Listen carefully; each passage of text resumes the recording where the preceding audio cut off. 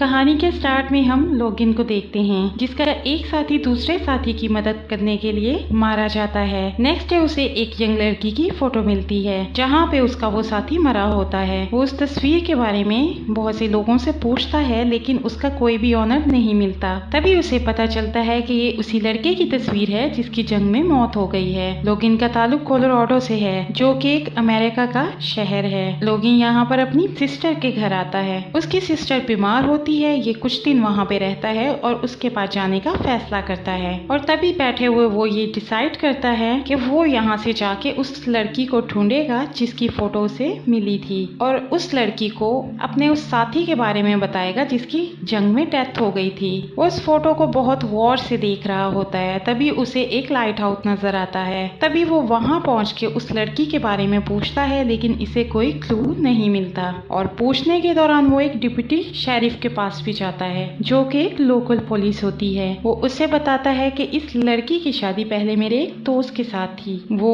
उसे इसका एड्रेस दे देता है। तभी लोगन उस लड़की के घर जाता है। उसका नाम बेथ है। लोगन उसी लड़की के सामने खड़ा होता है लेकिन उसे बहुत सी मुश्किलात का सामना करना पड़ता है। वो उसे अपने मकसद के बारे में नहीं बता सकता कि वो यहाँ क्यों आया है। इससे पहले कि लोगिन कुछ कह पाता बेथ खुद ही एज्यूम कर लेती है कि ये शायद जॉब के लिए आया है। तभी बेथ की ग्रैंडमदर उसे हायर कर लेती है। शुरू में बेथ को बहुत अजीब लगता है। वो लोगिन को बिल्कुल भी पसंद नहीं करती लेकिन वक्त के साथ साथ वो उसे एक्सेप्ट करने लगती है इन चीजों को देखते हुए कि वो काम में कितना ज्यादा इंटरेस्टेड है। वो मशीनों को ठीक करने की महारत भी बहुत अच्छे से जानता है। हम देखते हैं कि लोगन बेथ के बेटे से बहुत घुल मिल जाता है और उन दोनों की फ्रेंडशिप हो जाती है। बेथ बहुत टाइम से अकेली रहती है, खास तौर पर तब से जब से बेथ के भाई की डेथ हो चुकी होती है। बेथ का कोई मेल फ्रेंड नहीं होता और बेथ काफी अरसे के बाद किसी मेल फ्रेंड से दोस्ती करती है जो कि लोगिन है। बेथ का एक्स हस्बैंड जो कि शेरिफ डिप्टी है जो कि पुलिस में होता है, उसे लोगन पर शक हो जाता है। वो लोगन से बहुत रूडली बात करता है। इसके अलावा वो अपने बेटे बेन से भी कहता है कि तुम लोगन से दूर रहो और उसके करीब अपना वायलेंस मत बचाया करो और ना ही उसके साथ टाइम स्पेंड किया करो। एक दिन बेन बाहर खेलने जाता है और जब वो वापस आता है तो उसके ब्लड निकल रहा होता है और इसके बाद बेथ और उसके हस्बैंड के दरमियान आर्ग्यू होता है और ये बहस इतनी ज्यादा बढ़ जाती है कि बढ़ते बढ़ते बेथ का हस्बैंड उसे कहता है कि मैं कोर्ट जाऊंगा और अपने बेटे की कस्टडी तुमसे ले लूंगा।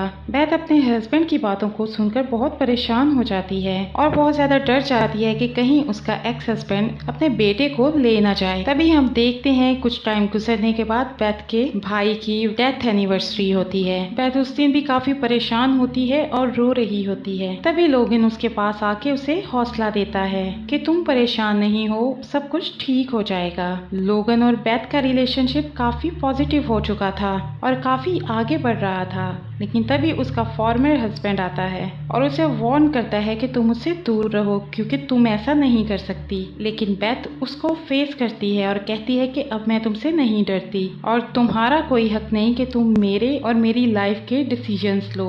तभी हम देखते हैं कि उसका एक्स हस्बैंड लोगिन की डिफरेंट इन्वेस्टिगेशन करता है और तभी उसे पता चलता है कि लोगिन जब यहाँ आया था तो वो बेथ की फोटो लेके सबसे पूछ रहा था कि आप जानते हैं कि ये लड़की कहाँ पे रहती है और वो बेथ को ये बताता है कि वो तुम्हें स्टॉक कर रहा है, ये ठीक बंदा नहीं है और मैं ये सच जान कर रहूंगा। तभी बेथ को पता चल जाता है कि लोगन को ये तस्वीर मरने वाले शख्स के पास मिली होगी जो कि उसका बहुत अच्छा दोस्त था। लेकिन यहाँ पे बेथ का ट्रस्ट टूट जाता है। वो बहुत ज्यादा परेशान होती है और लोगन को खुद से दूर कर देती है और वो लोगन को यहाँ से जाने के लिए कह देती है। लेकिन बेथ को उसके करीबी भी समझाते हैं कि इसमें लोगन का कोई कसूर नहीं, कि जंग में वो बच गया और तुम्हारा दोस्त तुम्हारा भाई मारा गया। लोगन एक अच्छा इंसान है, तुम्हें उसके बारे में सोचना चाहिए। लेकिन बेथ बहुत ज्यादा परेशान होती है और वो किसी की नहीं सुनती। बेथ का एक्स हस्बैंड काफी ड्रंक होता है और वो लोगन को देखता है कि वो अपने डॉग के साथ वापस जा रहा है तो बेथ का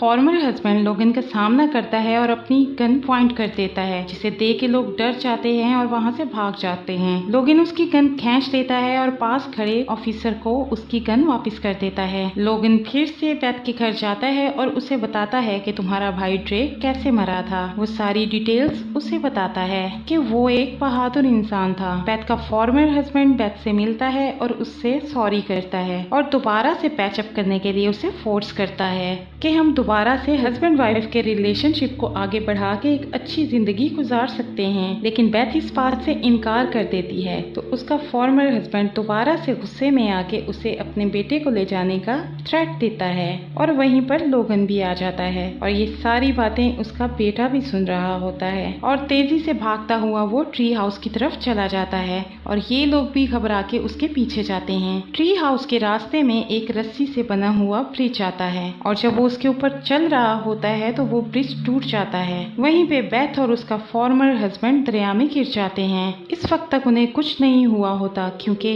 बेथ के फॉर्मर हस्बैंड ने रस्सी और अपने बेटे को बड़ी मजबूती से पकड़ा होता है। तभी लोगिन वहाँ पे आके उनकी हेल्प करता है और वो बेन को वहाँ से बचा के बेथ के हैंड ओवर करता है। इसके बाद वो उसके फॉर्मर हस्बैंड को बचाने के लिए जा ही रहा होता है कि ट्री हाउस का ब्रिज टूट जाता है जो कि बेथ के ऊपर गिरता है जिसकी वजह से उसकी डेथ हो जाती है और उसका हस्बैंड पानी के अंदर बह जाता है। तभी ये लोग घर वापस आ जाते हैं और बेथ लोगन को थैंक्स करती है कि अगर तुम ना होते तो शायद आज मेरा बेटा जिंदा ना होता। तभी लोगन बेथ को बताता है कि तुम्हारा भाई तुम्हारा दोस्त अपने साथी को बचाते हुए मारा गया था जो कि एक ऑनर की बात है। तुम्हें इस बात से परेशान नहीं बल्कि खुश होना चाहिए क्योंकि वो एक बहादुर इंसान था। इसके बाद लोगन वहाँ से चला जाता है लेकिन तभी हम देखते हैं कि बेथ भागते हुए लोगन के पीछे जाती है और लोगन से कहती है कि लोगन तुम हमारे साथ रहो और तुम हमसे बिलोंग करते हो क्योंकि मेरे लिए भी मुश्किल है तुम्हारे बिना रहना। नेक्स्ट सीन में हम देखते हैं कि बेथ उसका बेटा और लोगन तीनों एक साथ होते हैं और बेन की 9th बर्थडे सेलिब्रेट कर रहे होते हैं और सब बहुत खुश नजर आते हैं और यहीं पे मूवी का एंड हो जाता है। अगर आपको हमारी मूवी अच्छी लगे तो हमारे चैनल को सब्सक्राइब और हमारी वीडियो को लाइक और शेयर जरूर करें। साथ में बेल आइकॉन भी प्रेस करें हमारे लेटेस्ट नोटिफिकेशन को जानने के लिए। Thank you for watching.